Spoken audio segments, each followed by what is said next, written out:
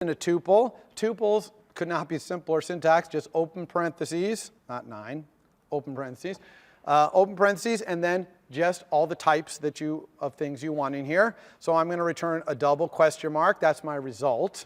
Okay, that's what's eventually going to be returned out here after all the recursion unwinds. And then also, I'm going to have the ops that are left over. Now, a tuple can look just like this, unnamed. You see how these things are not named, each of these things in here? But you can also put names in here if you want as well. So maybe I would call this one the result, okay? And I would call this one remaining ops, okay? And I kind of recommend putting those in there, and you'll see why in a second, because there's two ways to call a function that returns a tuple and get the results. And one of the ways requires that you name these, okay? So it doesn't hurt to name them. You might as well. It's good documentation. Someone looking at this now knows, oh yeah, this is the result of the evaluation, and this is the ops that were left over. Okay? All right.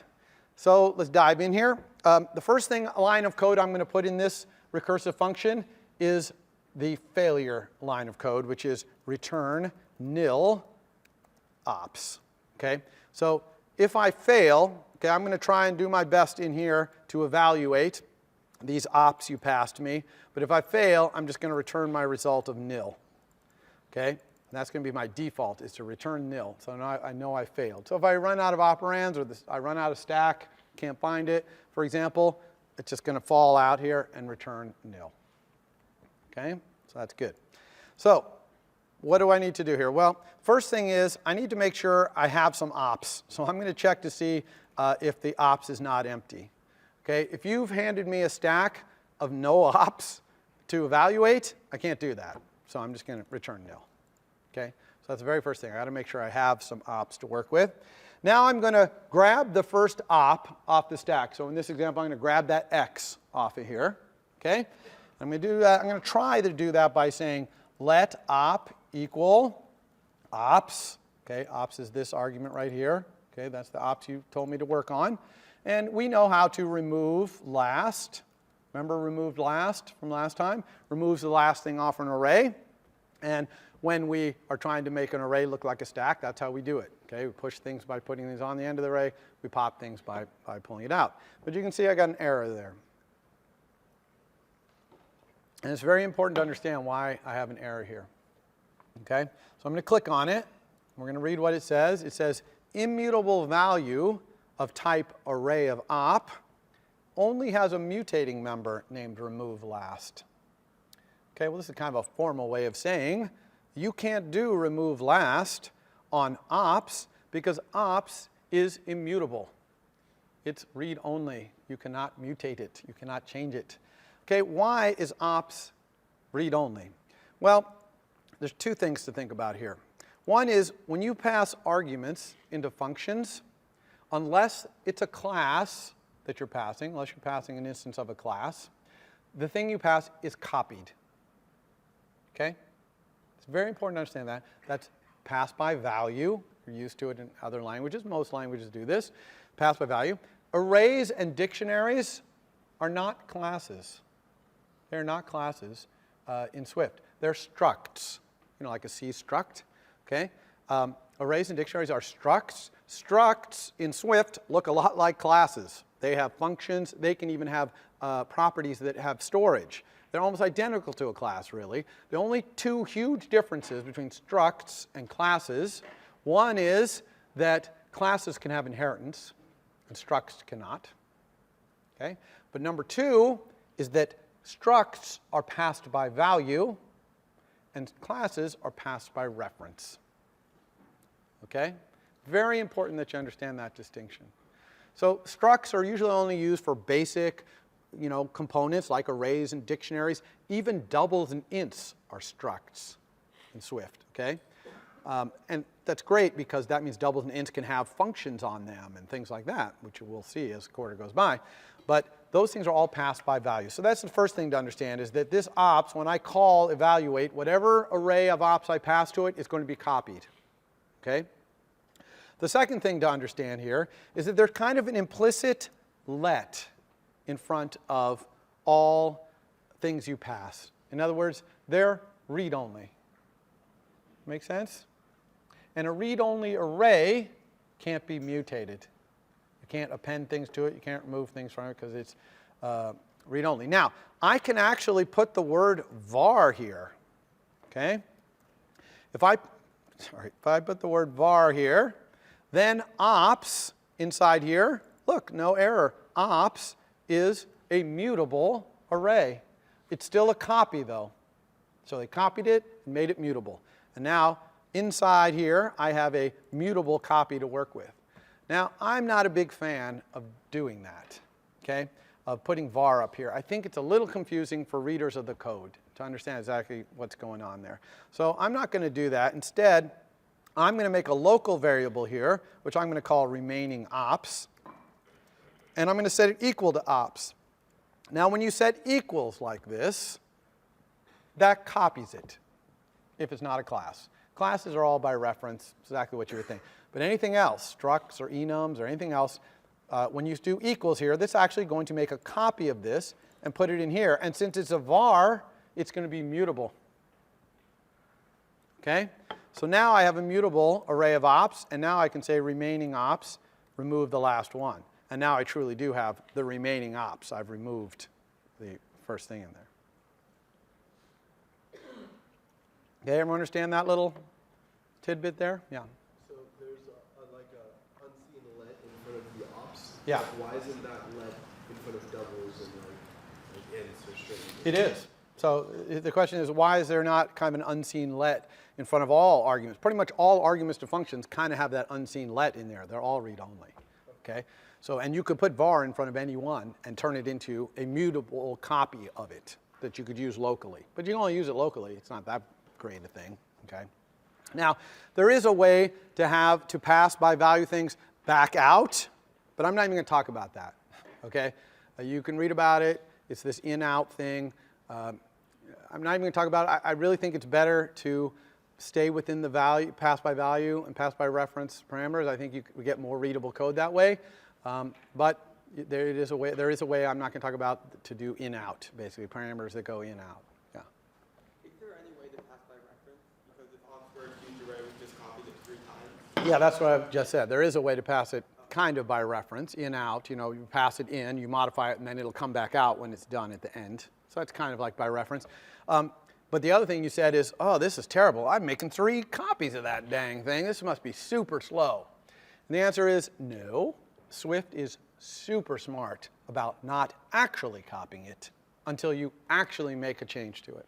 So here, when it passes a copy in, it didn't really copy it. It just kind of passed a pointer in, but it knows that pointer is by, not by reference, is by value. And then when I copied it again here, it still didn't really copy it. Even if this array had 10,000 things in it, it didn't make 10,000 copy of it. It was only here where I actually mutate it. Now it had to make a copy. And it may not even have made an entire copy. It might have just kept track of the changes, for example. So it's super smart behind the scenes. Swift is very smart. So don't worry too much about, oh, I'm copying these things over and over. Swift is making the minimum amount of actual copying going on. Okay? All right, so now I have remaining ops here, which truly are my remaining ops, okay? Because I've removed the top one, the x, off the top. So now I've got all the remaining ops in this local variable here called remaining ops. Okay, now what am I going to do with this op that I pulled off, this one on the top, the x? Well, I'm going to get the associated value from the enum, okay, either this or these or this. And how do I do that? I use switch. Okay, I told you that switch is really important, and now you're seeing that switch is really important. Switch is how you pull things out, associated values out of enums. So I'm just going to switch on the op. Okay, this is the op that I pulled off the top, that x from the thing we did on the board. And I'm just going to look at all the cases. So I have a case operand. Okay, notice that it puts a little dot here because it's really op.operand, and it's using type inference to know that it's op.operand, right? It's op.operand, but it doesn't need the op there. And here it's asking, in this space, what do you want to do with the associated value if you're handling this case where the enum is operand? Okay? Well, I want to let that associated value be assigned to a constant called operand. Okay? And yes, I could put var here, which would do the same thing, except for I could then change the thing in here, but I almost never want to do this, almost always let. So let operand means that inside the handling of this case, okay, this case of the switch, inside here, operand is going to have the associated value of the operand. Okay? Ooh, that's exactly what I want. I'm just going to return. Right now, I have to return this tuple right here. So I'm going to return the operand. That's the result. Okay? When I go here and I encounter that next one down, which was a 4, I got a 4. I can just return that result to evaluate this one. And I also, though, have to return the remaining ops. Okay? So I'm just returning the 2 values of this tuple. Notice I don't have to put result, colon, and remaining ops, colon in here. It knows that those match, and so it's just doing it. All right? Make sense? And that's it for operand. That's all I have to do. It's kind of, in the recursion, it's kind of an end case. Yeah? Is remaining ops stored in the stack or heap? This one here or this one here? Well, in general, are Swift structs like last? Okay, so the question is, when I do something like this, where is remaining ops? Is it in the heap? Is it on the stack? And the thing is, that's implementation detail. So you don't know, but you don't care. All right, so that's operand. Operand was really, really easy. How about our operation? Let's do unary operation right here. Now, when we handle the case of the unary operation, we don't need that first associated value. That's the symbol, like plus. Okay, well, I'm evaluating here. I don't care what the symbol is. I only care what the function is, because I'm going to evaluate the function. So we can actually ignore this by putting an underbar. Okay? Underbar in Swift is kind of the universal, I don't care about this thing. Okay? And we're going to see it other places we use it where it's kind of like, I don't really care about that. So you just put an underbar there. That way you don't have to declare a variable with some dumb name or something like that. Just put an underbar, it ignores it. Okay? But I do care about this. I'm going to let that equal the operation that I'm doing. Okay? Everyone make sense there? So I'm ignoring the string, but I'm grabbing the operation. So here, what I want to do is return, and I'll try to do it, but I'm not going to be able to. I'm going to say return this operation with its operand, which I don't have, and some remaining ops that are left over after I get its operand. So I need to do some stuff here to be able to return what I want. The first thing I need to do is get the operand. Okay? So I did a unary operation. Let's say it was square root. I need to go back to the stack and pick off the next thing, but I can't just assume that it's a number. It might be more operations, so I have to recurse. So here's where the recursion comes in. And now I'm going to show you how to call a function that returns a tuple and get its value out. So this is an important little example here. So there's 2 ways to do it. I'm going to do it one way here, which is I'm going to let operand evaluation, which is just a local variable that I'm inventing, equal call evaluate with the remaining ops that I have. Okay, so here I've recursed. Okay, I'm recursing. And I just set it to operand evaluation. Now, let's look at the type of this thing. If I look at its type, you can see that it's a tuple. That's its type. It's a tuple, result, remaining ops. It's this tuple right here. That is the type of this operand evaluation. So now that I have that tuple, it's the result of the evaluation. How do I get the result and the remaining ops out of it? Well, I can get the operand by saying operand evaluation dot result. Okay? So that just this is the tuple. Here I'm getting this value of the tuple out of there. Now what type is this? Anybody? It's an optional. You're pretty safe saying optional when I ask what type it is, aren't you? It's almost always an optional, because I usually don't ask if it's not. But it is indeed an optional double. It's this type right here. Okay? So we need to turn it into a double if we're going to pass it to this operation right here. So I'm going to use if let to turn that into a double. Okay? Now I can actually do this because I have the operand. Just got it right here. Okay, this is now a double. See? And I can call this operation right here. And this is the remaining ops, but this has got to be the remaining ops after we recursed. So it's got to be the remaining ops in this operand evaluation. So that's operand evaluation dot remaining ops. Everybody cool with that? So that's it. Let's just recurse. We just recursed to evaluate that. If this fails, if this recursion returned nil, then if let's not going to happen, this return is not going to happen. We're going to fall all the way out and return nil, which is what we want. Okay? If we fail in any of our recursive attempts to get the operands we need, we got to fail all the way up to the top level. Okay, now binary operation.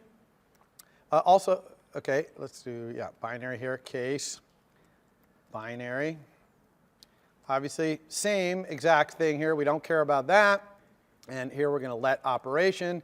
And we're going to do exactly the same thing we did here, but we just have to do it twice because we got two operands to do through here. So let's let our op1 evaluation equal evaluate with our remaining ops. Okay? And then if we can let operand 1 equal the op1 evaluation result, okay, then we got op1, that's good. So now let's let op2 evaluation equal recurse again with op1's remaining ops. Okay? And if we can let operand, if we can let operand 2 equal op2's evaluation result, then we can return a tuple which is calling the operation with the two operands. Okay? And we'll have op2's evaluation remaining ops as our remaining ops. Okay? Make sense? All right, we got an error here, what is it? Okay, yeah, so this is a good error to cover here. See, this says method must be declared private because its parameter uses a private value. And sure enough, op is private, so this has to be private. Okay? Now notice, by the way, I don't have default : break here in this switch. And why do I not have that? Because I've handled every possible value of op. Okay? There are only 3 kinds of op. I've handled them all, so I don't need any default. It wasn't like in the other one where we had a string. We only handled a few strings. We had a default break. You don't put default break in when you handle everything. And it's a really bad programming style to put a default break in every single switch. Okay? You should only put them in the ones where you truly are breaking because you can't handle every case. Okay? All right. Now, the last thing we have to do is just call this recursive version from here. And I'm going to call this one and get these tuple values a little differently. I'm not going to call it in the same way here. I'm not going to say let something equal. Instead, I'm going to say let a tuple, which has, let's say, result and remainder, equal evaluate. And I'm going to pass my whole op stack here. Okay? So this is a different way to call a function that returns a tuple. Here, you actually let a tuple equal the result. Instead of letting a single thing equal result and then using the dots to get it, you let the tuple equal it. And notice that these names don't have to be the same as these names. So result is the same, but here I use the word remainder instead of the word remaining ops. Okay? They do not have to be the same. And then here, we just return our result. Okay? So we learned a lot right there. Okay? We learned about tuples, passing, things back to tuples in different ways. How to ignore things in the enums and when we're getting associated values, all that stuff. So hopefully you got all that. I see a few people still kind of catching up on their typing, so I'll break for a second here. So that's it. That's the entire implementation of our calculator brain. It wasn't really that bad, actually, right? Pretty simple little data structure here. Just have to say what our known ops are.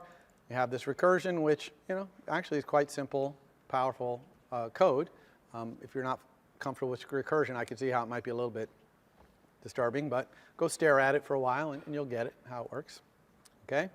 So now that we've got this new calculator brain, we have to use it in our old controller. Okay? Yeah, question, sorry. Do we have to let the op stack equal the remainder? Do we have to let the op stack equal the remainder? Here, you mean? Yeah. Well, we're not going to use remainder. So actually, even I could put I don't care here. I only put that remainder there to show you it could have a different name, but I'm not using the remainder. I only want the result.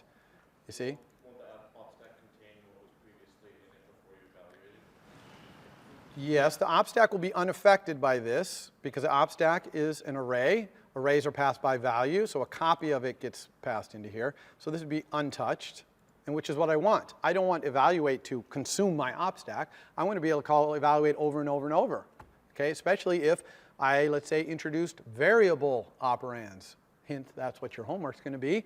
Then I would want to change the variable to different things and be calling it over and over with different values for the variable, for example.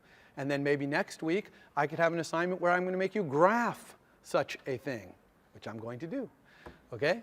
So that's why we want to do that. So anyway, yeah, remainder here can just be anything. I'm actually going to put this here because we're going to println this in a second just so we can get a better look at what's going on. But first, let's go back to our controller and use this calculator brain, this nice model we just invented. Let's use it. Now, I'm going to show you how to get two things on screen at the same time that aren't necessarily directly related. Before, we had the storyboard, and then I went up and clicked this assistant editor right here, and it showed me the controller because the assistant editor figured out, oh, if you have the storyboard up, you probably want the controller for the scene you have selected.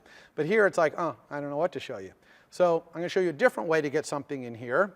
Well, two ways, actually. One is, if you go to this top bar, where it says counterparts, you can mouse down, and you can find all kinds of things about this, like subclasses of this class on the left, superclasses of this class on the left. Of course, it has no superclasses or subclasses.